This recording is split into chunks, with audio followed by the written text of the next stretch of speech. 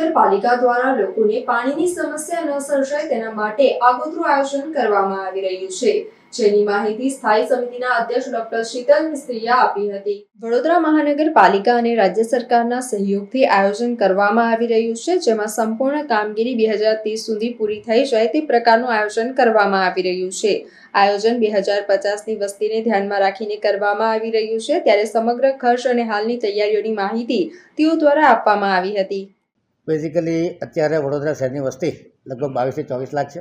220 ચોરસ કિલોમીટરનો એરિયા છે। આની અંદર હમણાં છેલ્લા જે 7 ઓજી વિસ્તાર આવ્યા એનો પણ સમાવેશ થાય છે। નાગરિકોને પાણી પૂરું પાડવું એ કોર્પોરેશનની પ્રાથમિક ફરજમાં આવે છે।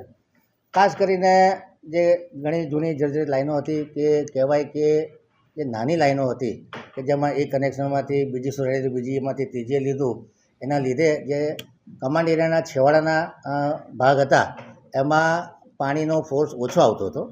એટલે આવા જે એરિયા હતા કે જેમાં અવારનવાર પાણીની ફરિયાદો આવે કે લો પ્રેશરની અને કન્ટામિનેશનની, એના માટે વડોદરા કોર્પોરેશને સર્વે કરી અને વોર્ડ નંબર 4, 5, 15 અને વોર્ડ નંબર 13 કે જેમાં અવારનવાર કન્ટામિનેશનની ફરિયાદ આવે છે એના કોઈ ઇજારા કે કોઈ જાતનું ફાઇલનું સેન્કશનિંગ કર્યા વગર એક તૈયાર એઆરસી કરવામાં આવ્યા, જે લગભગ 36.07 કરોડના ખર્ચે આ કામગીરી પ્રગતિમાં છે।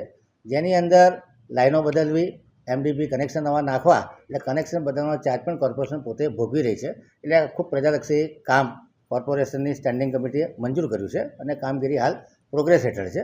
એટલે આ 4 વોર્ડ એવા હતા કે જેમાં સૌથી વધારે ફરિયાદ આવતી હતી। કહી શકાય કે વડોદરા શહેરમાં ઇતિહાસમાં પહેલી વખત એવું છે કે એક સાથે 8 જેટલી ઓવરહેડ ટાંકીના બાંધકામ ચાલી રહ્યા છે।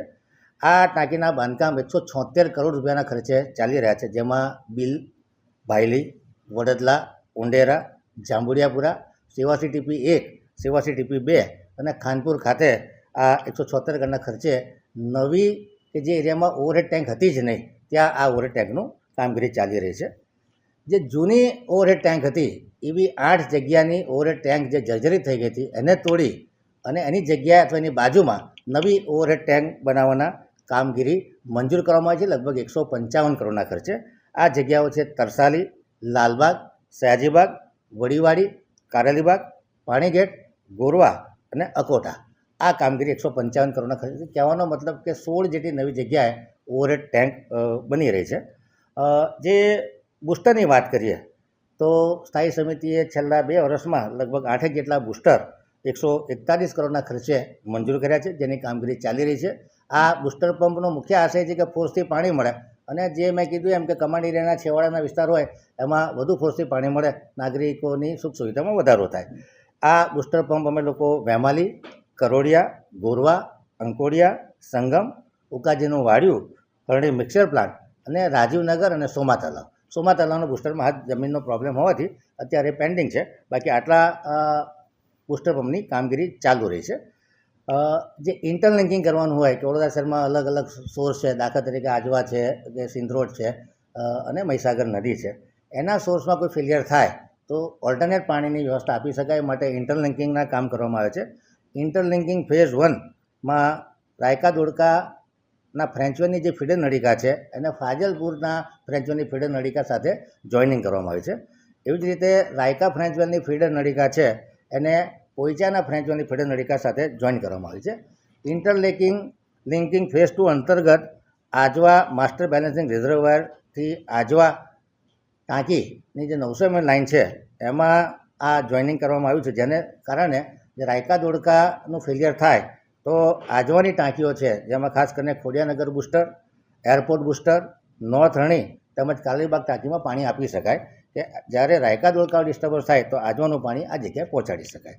એવી રીતે જ્યારે આજવાનો વોટર સોર્સ ડિસ્ટર્બ થાય તો તરસાલીનો અંડરગ્રાઉન્ડ સમ છે એને હયાત 900 મીટર લાઇન જોડે જોઈન કર્યું, જેથી કરીને સિંધરોડનું પાણી કે જે આજવા સોર્સની ટાંકીઓ છે એમાં આપી શકાય। એમાં ખાસ કરીને કપુરાઈ, બાપોદ, સોમાતળાવ, ગાજરાવાડી અને નાલંદા આ કામગીરી પણ 2025 સપ્ટેમ્બર-ઓક્ટોબર સુધીમાં પૂર્ણ થશે।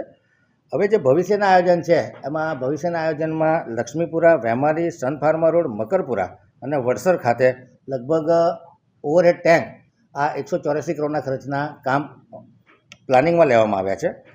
અને જે બુસ્ટર પંપ છે એ તરસાલી, છાણી સોખડા અને આજવા એમપીઆર બુસ્ટર આ કામગીરી પણ લેવામાં આવશે. આ જે 4 જેટલી ઓવરહેડ ટેન્ક અને બાકીના 3 જેટલા બૂસ્ટર છે જેનો ખર્ચ 184 કરોડ રૂપિયા થશે.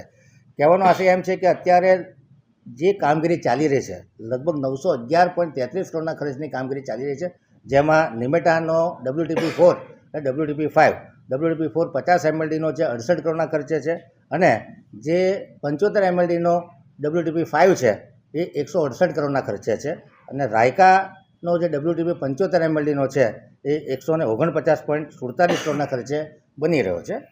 2050 સુધીમાં વડોદરા શહેરની વસ્તી વધે તો અત્યારે 680 MLD પાણી છે એના બદલે લગભગ 1495 MLD પાણીની જરૂર પડે એ પ્રોજેક્શનના આધારે ભવિષ્યના આયોજનો પણ કરવામાં આવ્યા છે, જેમાં મેં કીધું એમ કે નિમેટા WTP4 WTP5 અને રાયકા WTની કામગીરી ચાલી રહી છે, પરંતુ ભવિષ્યના આયોજનમાં પોઈચા ખાતે 100 MLDનો WTP, ધોળકાનો જે WTP અત્યારે 50 MLDનો છે વધારીને બીજી 50 MLD કરવામાં આવશે, એટલે 50 MLDની કેપેસિટી ઓગમેન્ટ કરવામાં આવશે.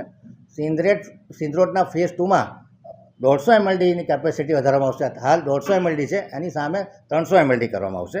અનગઢનો WTP છે જે 150 MLDનો છે, ગયા બજેટમાં મંજૂર કર્યો છે. ત્યાર પછી રાયકા WTPનું કામ ચાલુ છે. કપુરાઈ ખાતે જે કેનાલ બેઝ WTP બનાવવાનો છે દક્ષિણ ઝોન માટે એ 200 MLDનો બનશે.